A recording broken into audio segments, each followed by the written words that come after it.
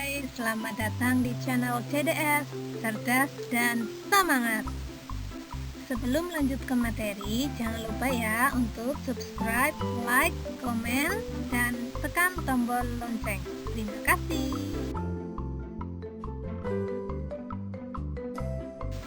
Dalam video kali ini, saya akan membahas materi tentang lingkungan dan manfaatnya, yaitu materi kelas 5, tema 1, subtema 3.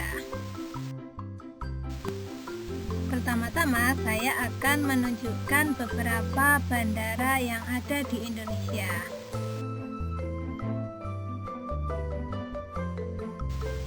Yang nomor 1 yaitu Bandara Soekarno-Hatta, letaknya di DKI Jakarta.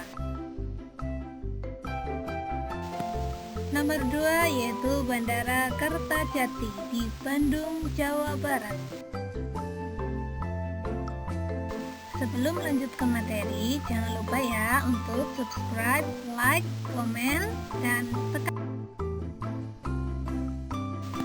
Nomor 4 yaitu Bandara Kuala Namu di Sumatera Utara. Lanjut nomor 5 yaitu Bandara Minangkabau, letaknya di Sumatera Barat. Selanjutnya nomor 6 adalah Bandara Juanda yang terletak di Jawa Timur. Lanjut nomor 7 adalah Bandara Sultan Hasanuddin di Sulawesi Selatan. Selanjutnya nomor 8 adalah Bandara Sepinggan di Kalimantan Timur.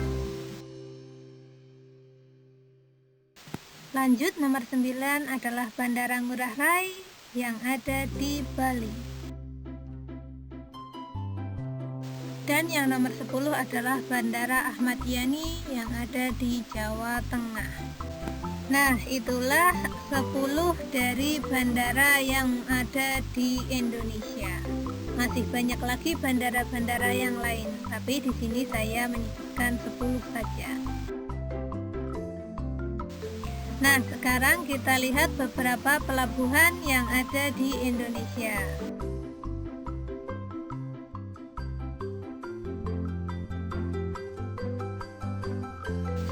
Yang pertama adalah Pelabuhan Tanjung Priuk yang letaknya di DKI Jakarta. Yang kedua adalah Pelabuhan Merak yang berada di Banten. Selanjutnya nomor 3 Pelabuhan Tanjung Perak yang berada di Surabaya, Jawa Timur. Selanjutnya nomor 4 adalah Pelabuhan Bakauheni di Lampung.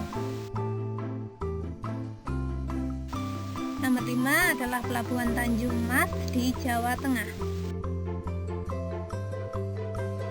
Dan nomor 6 adalah Pelabuhan Ketapang di Jawa Timur.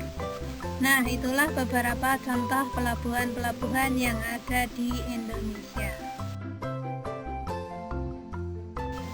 Yang pertama adalah Pelabuhan Tanjung Priuk yang letaknya di DKI Jakarta.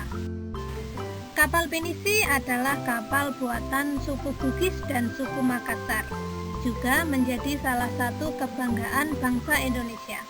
Sentra pembuatan kapal ini lebih banyak berada di Kabupaten Bulukumba, Sulawesi Selatan. Keistimewaan dari kapal pinisi yaitu nomor 1 berasal dari pecahan-pecahan kapal. Yang kedua dibuat dengan banyak upacara adat. Yang nomor 3 kapal ini adalah kapal yang mengandung banyak makna simbolik di dalamnya. Nomor 4 kapal buatan tangan dan tanpa perekat. Dan nomor 5 kapal buatan tangan yang telah menjelajah ke seluruh dunia. Materi selanjutnya yaitu tentang beberapa contoh kelainan otot, yaitu ada hipertrofi, atrofi, stiff atau kaku leher, dan tetanus. Yang pertama adalah hipertrofi, yaitu kelainan otot yang membesar dan menjadi lebih kuat karena sel otot diberikan kegiatan atau aktivitas yang terus-menerus secara berlebihan. Berikut adalah contoh gambar hipertrofi. Kelainan otot selanjutnya adalah atrofi, yaitu kelainan otot yang mengecil, lemah, fungsi otot yang menurun. Hal ini disebabkan oleh adanya penyakit polimielitis yang dapat merusakkan sel saraf pada otot. Berikut adalah contoh gambar dari kelainan otot atrofi. Kelainan otot selanjutnya yaitu stiff atau kaku leher, yaitu kelainan otot karena adanya peradangan otot trapesius leher akibat gerakan yang menghentak secara tiba-tiba atau salah gerak. Nah, ini adalah contoh gambar dari stiff atau kaku leher. Selanjutnya yaitu tetanus, yaitu kelainan otot yang disebabkan adanya infeksi bakteri Clostridium tetani.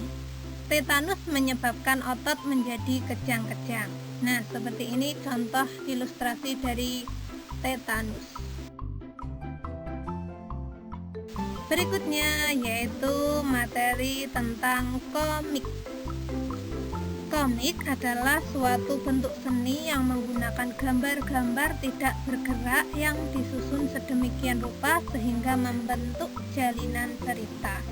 Biasanya komik dicetak di atas kertas dan dilengkapi dengan teks.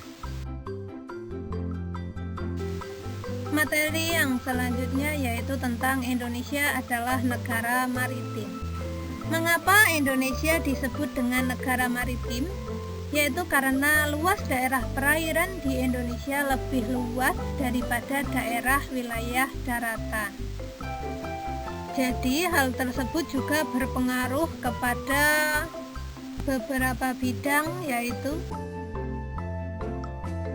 pertama yaitu bidang transportasi.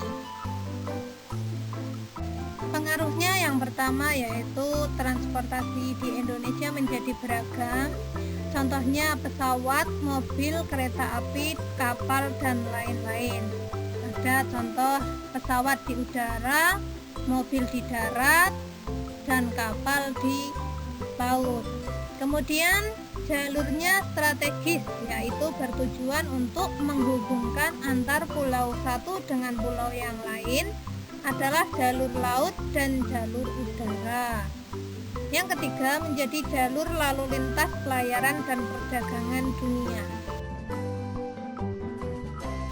Pengaruh di bidang ekonomi yaitu masyarakat yang tinggal di pesisir pantai bekerja sebagai nelayan, petambak ikan, bekerja di sektor pariwisata, budidaya mutiara, petani garam, atau budidaya rumput laut.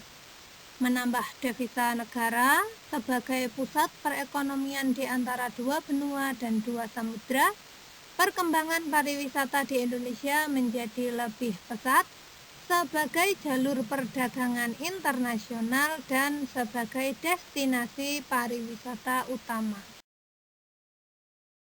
Pengaruh di bidang sosial yaitu pakaian Indonesia semakin modern, adanya kulturasi budaya asing dengan budaya lokal, mempunyai keanekaragaman budaya, dan dapat dengan mudah menyebarkan budaya di berbagai daerah Indonesia.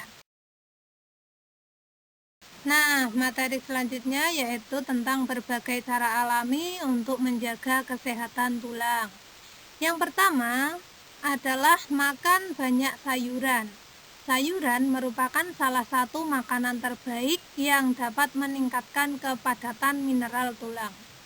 Selanjutnya yaitu latihan kekuatan dan latihan beban, penuhi kebutuhan protein, makan makanan tinggi kalsium, penuhi asupan vitamin D dan vitamin K, serta jaga berat badan sehat. Nah, itulah ringkasan materi yang ada di video ini, yaitu tema 1, subtema 3. Materi yang tidak ada dalam video ini berarti ada di video sebelumnya ya, yaitu tentang ide pokok dan Pancasila. Silahkan dilihat di video sebelumnya di channel CDS Cerdas dan Semangat. Demikianlah materi kali ini. Semoga materi ini bermanfaat. Selamat belajar. Jangan lupa subscribe, like, komen, dan tekan tombol lonceng. Sampai jumpa. Terima kasih.